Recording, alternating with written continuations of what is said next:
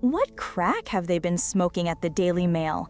Because according to today's headline hysteria, Meghan Markle and Prince Harry are still somehow getting $60 million from Netflix, despite the total PR dumpster fire that is their production history. Let me repeat that. $60 million.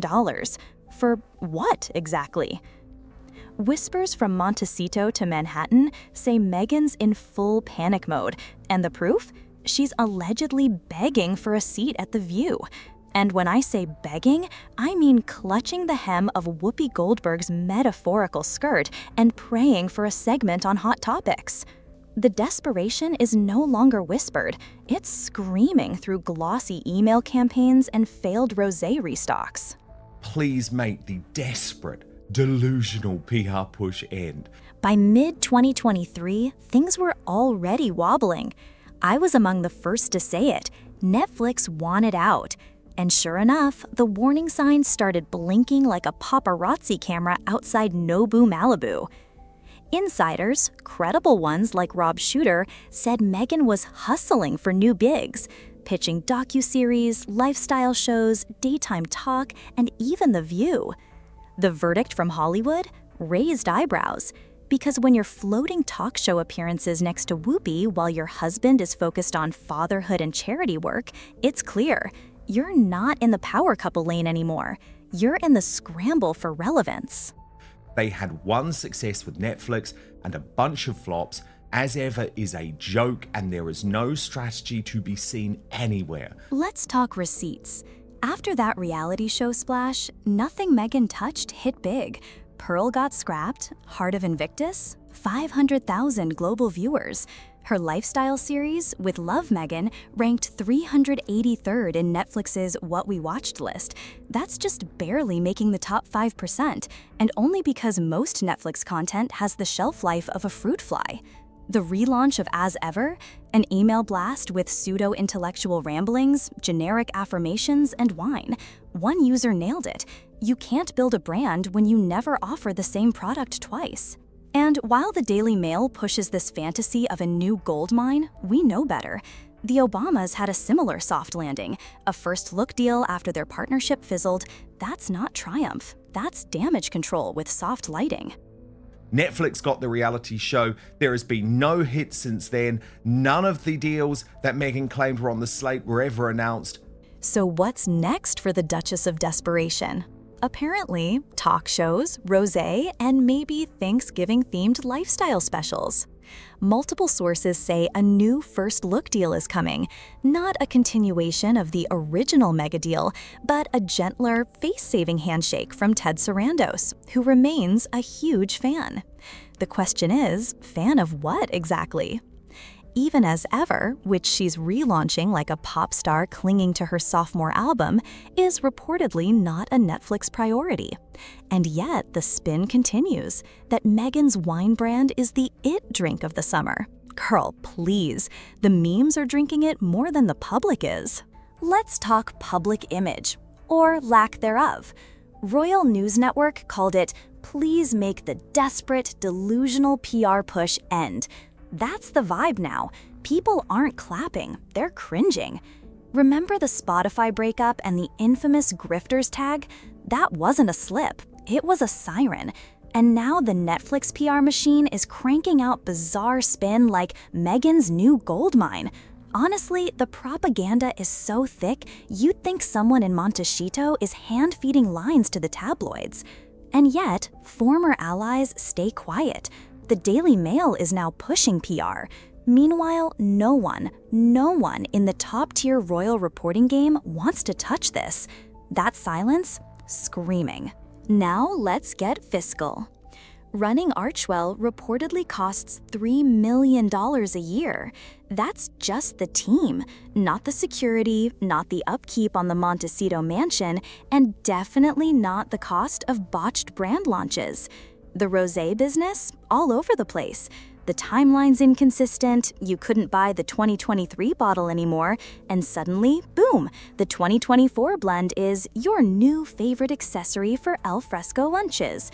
Yes, really, that's a quote. But when your brand's entire strategy hinges on a seasonal wine drop that you can't consistently deliver, it's not lifestyle luxury, it's liquid panic. Poof, off-grid with his so-called African mom, TJ Evans, while Meghan was reportedly in full emergency Chardonnay mode back at their echoey estate. And the evidence just keeps adding up. Is this a midlife royal crisis, a spiritual safari, or, brace yourself, is Harry finally looking for an exit plan that doesn't involve matching Spotify mugs? Let's rewind to the glossy days of 2018. Meghan and Givenchy, Harry beaming like he just invented empathy, the global press fainting at every Sussex side-eye. The wedding, the Oprah interview, the Time cover, they were the it couple of transatlantic drama, part royal, part Netflix pilot, all perfectly lit. The promise? Reinvent the monarchy for millennials. The reality? A reality show without the cameras? Or maybe too many cameras? He was in such a state that he couldn't do anything else, right? And although it doesn't absolutely help him in his career as a royal or was a royal, but I just think that he was just falling to pieces. But then came the oh no, we actually have to deliver phase. Remember Meghan's podcast that sounded like a trauma TED Talk wrapped in a press release? Or Harry's press tour where he gave Lost Boy with publishing deal energy? Sources close to the crown, meaning people on Twitter with very expensive opinions, said tensions were boiling. Meghan was reportedly screaming after Netflix threatened to cancel their deal. Screaming. And Harry? Well, he packed up and flew to Botswana like a man fleeing not just a house, but a brand strategy gone wrong. He didn't just ghost Meghan, he ghosted himself. And let's not forget, Charlotte Griffins, Meghan's newest royal fanfic ghostwriter, buried this story under fluffier nonsense, because apparently a prince going MIA for 3 days is less important than whether Kate re-wore a blazer. He's going to absolutely tear them to pieces again. So that's his thank you for going back. Now onto the real tea, Harry's Botswana retreat, his reunion with TJ Evans, his maternal figure from the Diana days. Coincidence or strategic soul-searching?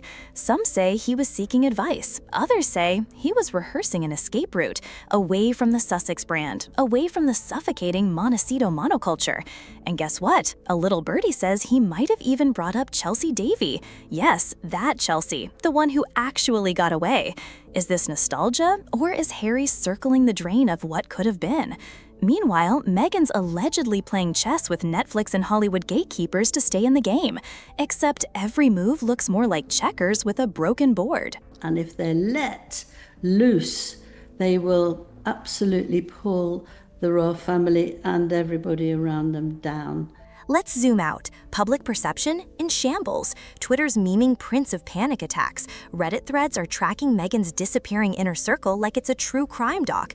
Even the Daily Telegraph, a royalist fortress, ran a piece begging Charles to forgive his prodigal son. Forgive him for what? Ghosting a dying father, trashing the family on Oprah, and releasing a memoir with more sibling shade than a Kardashian group chat? Meanwhile, Meghan's peace-offering press blitz, hi Charlotte Griffiths, is giving desperation with a side of curated beige. The public isn't buying it, and neither is Buckingham Palace. When even Queen Camilla is getting more sympathy than you, it might be time to log off. And now, the finale, because here's what insiders are murmuring over iced lattes and NDA-protected brunches. Harry's gearing up to play his hand. No more placating, no more, yes, Meg, he's not folding anymore. September could be the showdown, a meeting with King Charles that isn't just about diaries or well-child galas, it's about picking a side. And Meghan, she's reportedly not invited. Netflix is waiting, the tabloids are circling, and Meghan, darling, this post-divorce special better be Oscar bait, because in your world, failure isn't the end.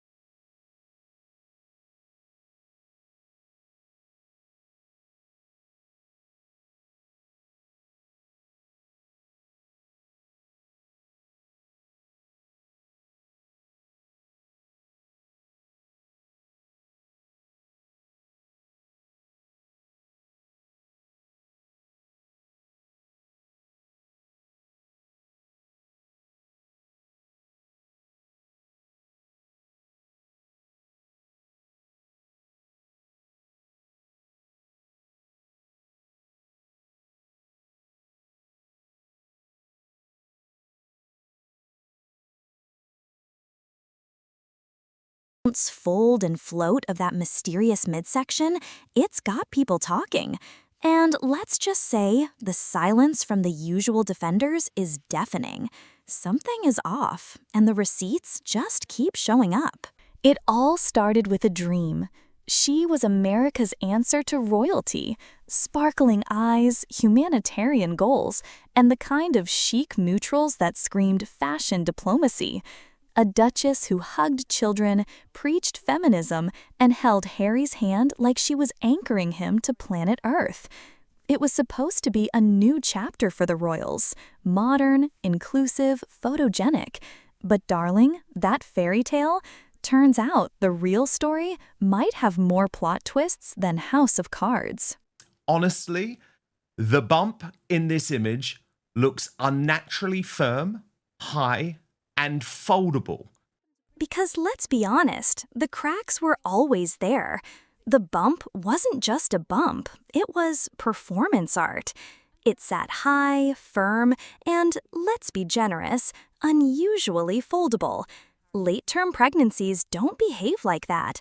And those videos where the belly moved independently of the body, let's just say maternity wear usually doesn't double as origami.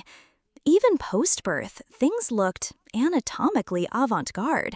The placement of the belly, the body proportions, the mysteriously unengorged bust, it didn't scream just gave birth. It screamed, props department, scene 1. And once the palace doors shut, so did the brand deals. The podcast flopped. Netflix quietly ghosted those ambitious animated dreams. Hollywood wasn't calling, not unless it was to say, sorry, we've gone in another direction. Turns out, monetizing royal status isn't that simple when you're no longer royal enough. And here's the kicker. She was offered the chance to keep acting, to stay in the game, to have a career. Other royal-adjacent actresses did it gracefully. But no, that wasn't the plan. Because this wasn't about roles on screen. This was about owning the narrative, owning the brand, and cashing in on the crown. The only problem? The crown doesn't do co-branding. My take on it is that she went into the royal family intending to commercialize. When the Queen said no to half in, half out, it all changed. Until then, the plan was clear. Stay royal enough for prestige, stay private enough for profit. But once that door closed, the pivot was fast. Suddenly, it wasn't service is universal. It was service is monetizable. Strategic exits, pre-written announcements, a move to California that